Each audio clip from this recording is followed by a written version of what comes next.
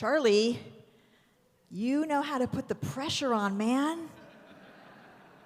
Jesse and Doug, every parent in this room is feeling for you right now, even if we are dog people. One of the roles of the darshan, as I said before, is to make Torah come to life and apply it to concerns of our own age. And you really did that, Charlie.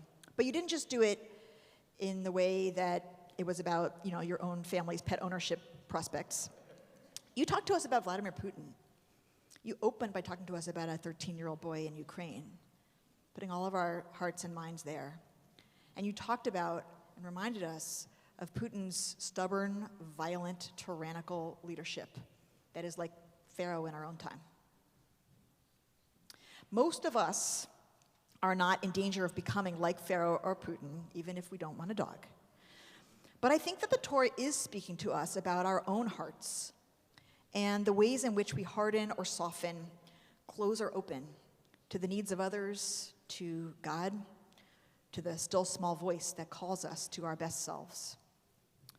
We all have the capacity for heedlessness, for obdurance, for insensitivity. What are we to learn here about ourselves and our role in making the world more loving, more just? The first thing that Torah seems to be saying to us is that a hard heart has consequences, not only for others, but also for ourselves. People sometimes ask me if there is a Jewish idea like karma, and there actually is. And it shows up here in the first and the last of the 10 plagues, and also in Pharaoh's hardened heart. It's called, in Hebrew, midah keneged midah, or measure for measure. Think about the first plague. The Nile turns to blood. The Nile is Egypt's source of life. For 7 months of the year, there is no rainfall in Egypt. And what happens is that the Nile floods, and that's how the land has water for crops to grow.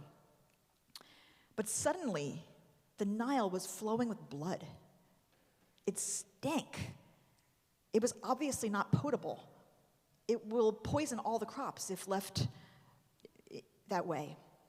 Why would that be the first plague of all the possible plagues? Why would the Nile change from being a source of life to a site of death?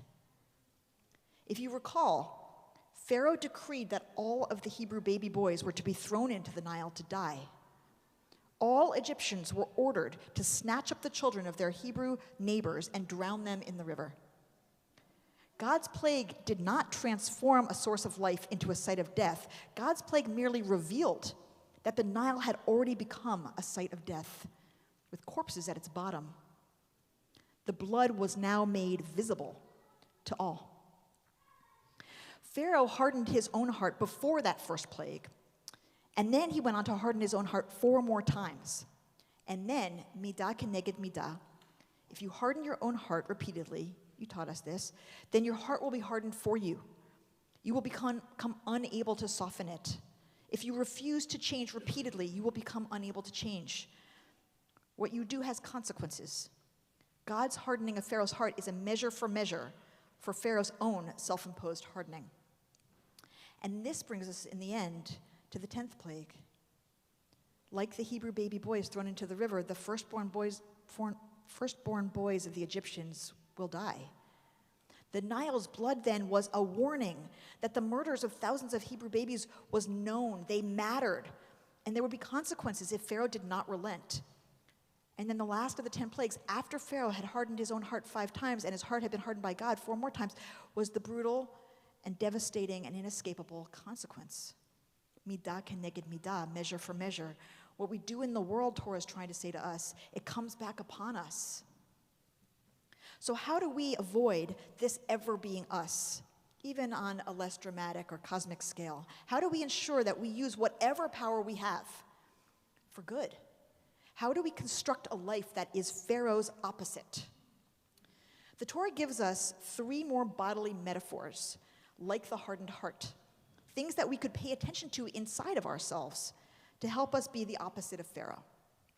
Earlier in this parsha, Moses is afraid to confront Pharaoh. He doesn't understand how Pharaoh's ever going to listen to him, given that his own people, the Israelites, are not listening to him. And he thinks that they're not listening to him because there's something wrong with his speech, with his lips. But the text tells us that they're actually not listening to him because there's something wrong with them. They are, the Torah tells us, kotzer ruach, crushed of spirit. Their oppression and their forced labor has been so severe that they cannot find hope. They cannot listen to a message about an alternate future. They can't risk believing that things could change. They need to be built up again in order to have the possibility of participating in their own liberation. And that is why the Nile turning to blood is so important. It's an acknowledgement of their loss, of their trauma, that their children are no more. It's an indication that there is justice in the world, that the crimes done to them were not invisible. They were not forgotten. And this is the beginning of restoring their spirits so that they can hear and believe in the promises for their own future. And sometimes this happens in our world. And sometimes it even happens to us. That we become so discouraged that we're inured to messages and signs of hope. We don't want to risk believing and having our hopes dashed. And so we stay cynical. We keep it cool. We sit back and watch. We don't commit ourselves to dream about the way the world could be or to work for that dream. This parsha teaches us to acknowledge when our spirits feel crushed and find a way to lift ourselves up, to heal, to restore our strength and our hope so that we can be participants in the change that the world so desperately needs. So we don't want a hardened heart, and we don't want a crushed spirit. What else? Well, later in Torah, when our people are in the wilderness, they will be called stiff-necked more than once. It means that they're not listening to God. They're being stubborn. They're refusing to change. What does a stiff neck have to do with stubbornness, you might ask? I think intuitively, you might sense that we armor our bodies by stiffening our neck and shoulders. We know that happens. And if you think about it, if you can't turn your neck, you're only looking in the direction you've already decided to go. You're not able to turn your head to the side or look behind you. You're not taking in other influences or looking back to where you've come from. This made me think about the Akan people of Ghana, who have an important symbol in their culture that's called the Sankofa bird. Maybe you've heard of it. It's a bird that flies forward while looking backward. And it has an egg in its mouth that represents the gems of the past that it's carrying toward the future. If you know much about Torah, you know, or even maybe a little, you know that Moses is repeatedly trying to remind the people where they come from, the journey that they've been on, to help inform them about how they should live in the future. A flexible neck would allow them to look backward as well as forward. In last week's parsha, it was actually Moses' flexible neck that allowed him to become the leader of his people and the greatest prophet of our people's history.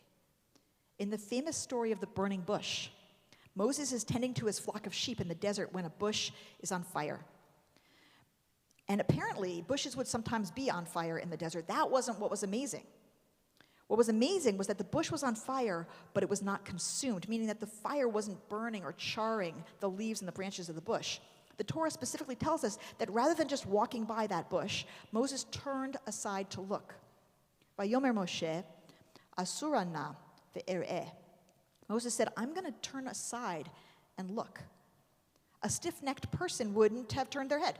A stubborn person would keep on going, wouldn't be swayed off course, wouldn't want to be delayed from their objective. But it was in the turning of his head that Moses observed the bush long enough to see that it wasn't being consumed by the flames and that something extraordinary, something even holy was happening. Vayar Adonai kisar lirot v'yikra elav Elohim mitoch hasneh vayomer Moshe Moshe vayomer hineni. And when God saw that Moses had turned aside to look, God called to Moses from within the bush, and Moses said, Hineni, here I am. This flexibility to interrupt his own thoughts and plans and instead stop everything to turn aside and pay attention to something wondrous happening outside of him was the prerequisite for Moses hearing God's voice and ultimately heeding God's call to return to Egypt to free his people.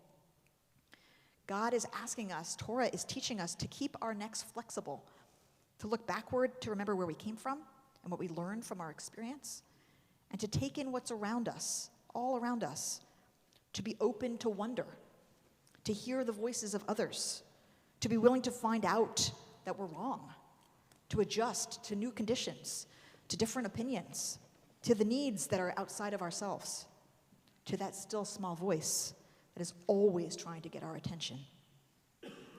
Finally, later in Torah, in Deuteronomy, when Moses is retelling the story of where the Israelites have been and what they've learned in preparation for their entry into the promised land, he pleads with them in Deuteronomy 10:16 to stiffen their necks no more and to circumcise their hearts, to cut away the thick barrier of flesh over their hearts that is preventing them from feeling.